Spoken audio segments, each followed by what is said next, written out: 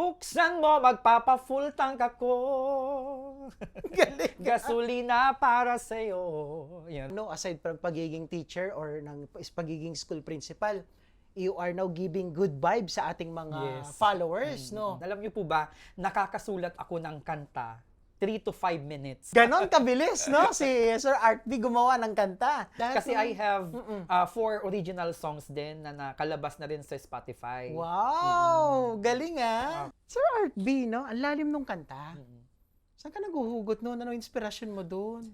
Siguro, sir, ang inspirasyon ko is yung mga moments na nagsimula ako. Okay. Kasi I started zero. I started parang kumbaga trash, no? Ang dami din ko ring napagdaanan, sir, no? The bottom line, no, ng why we are living here on earth, no, is to work with humility still and with gusto, with passion.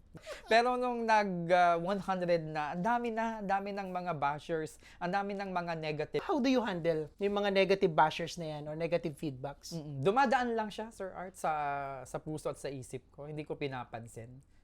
Parang minamani lang, parang ganon. Galing din kami sa family talaga na hindi yun nakakaangat, no? We strive and talagang we prayed, yun.